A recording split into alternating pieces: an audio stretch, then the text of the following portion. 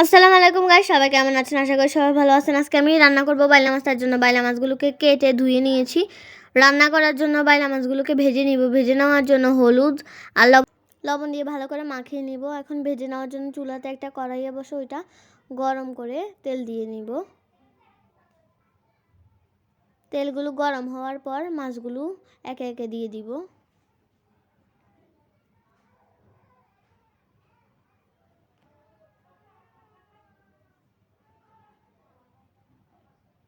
তেলটা একটু একটু গরম হচ্ছে। তেলটা গরম হয়ে গেছে, এখন মাছগুলো আস্তে আস্তে দিয়ে দিব। সাবধানতার সাথে দিব যাতে হাতে না পড়ে গরম তেলটা। তো এখানে ঢেঁড়স ভাজি করার জন্য আরেকটা কড়াইয়ে তেল দিয়ে নিব। এখন পেঁয়াজ দিয়ে নিয়েছি। পেঁয়াজগুলো ভালো করে অফ ক্যামেরা ভেজে নিয়েছিলাম। তো আমরা যেহেতু দুইজন মানুষ, তার জন্য একটু কমই রান্না করি। তো এখানে ঢেঁড়স দিয়ে দিব লবণ, হলুদ,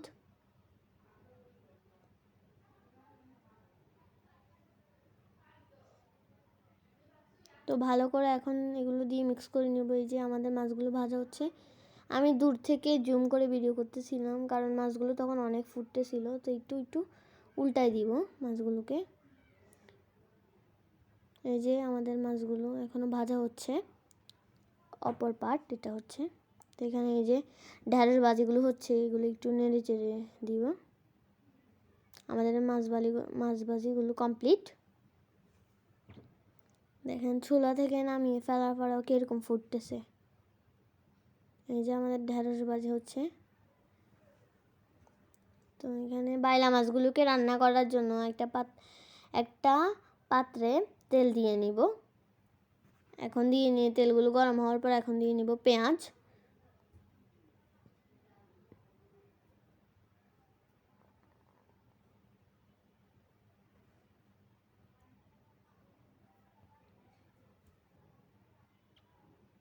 এখন ভালো করে নেড়ে চেড়ে নিব।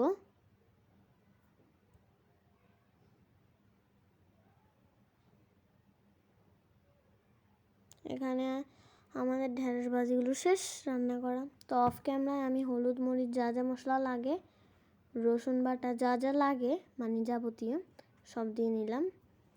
দিয়ে ভালো করে মশলাগুলোকে কষিয়ে নিয়েছি। তো তেল উঠে গেছে মশলাগুলোর উপরে। তো তার জন্য এখন আলুগুলো দিয়ে ভালো করে নেড়ে চেড়ে নিব। এখন ঢাকনা দিয়ে দিব।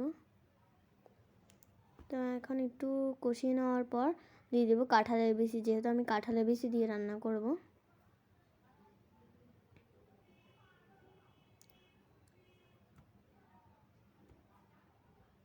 ভালো করে নেড়ে চেড়ে নিব কাঁঠালের বিচিটা দিয়ে। যারা আমার পেজে বা ইউটিউবে দেখতেছেন এই ভিডিওটা, তারা অবশ্য লাইক কমেন্ট করবেন। এবং যারা নতুন আছে তারা ইউটিউবে সাবস্ক্রাইব করে দিবেন এবং ফেসবুকে ফলো দিয়ে দিবেন প্লিজ। তো এখানে এই যে কষানো হয়ে গেছে, সিমের বিচিগুলো একটু একটু নরম হয়ে আসলেই মাছগুলো দিয়ে দিব ভেজে রাখা।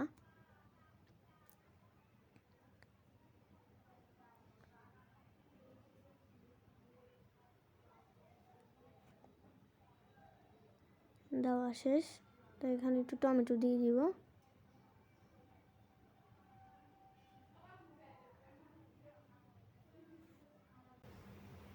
তো রান্নাতে দেওয়ার জন্য ধনিয়া পাতা কেটে নিব। কেউ কিছু মনে করবেন না, আমরা টাইসেই ধনিয়া পাতা কাটি।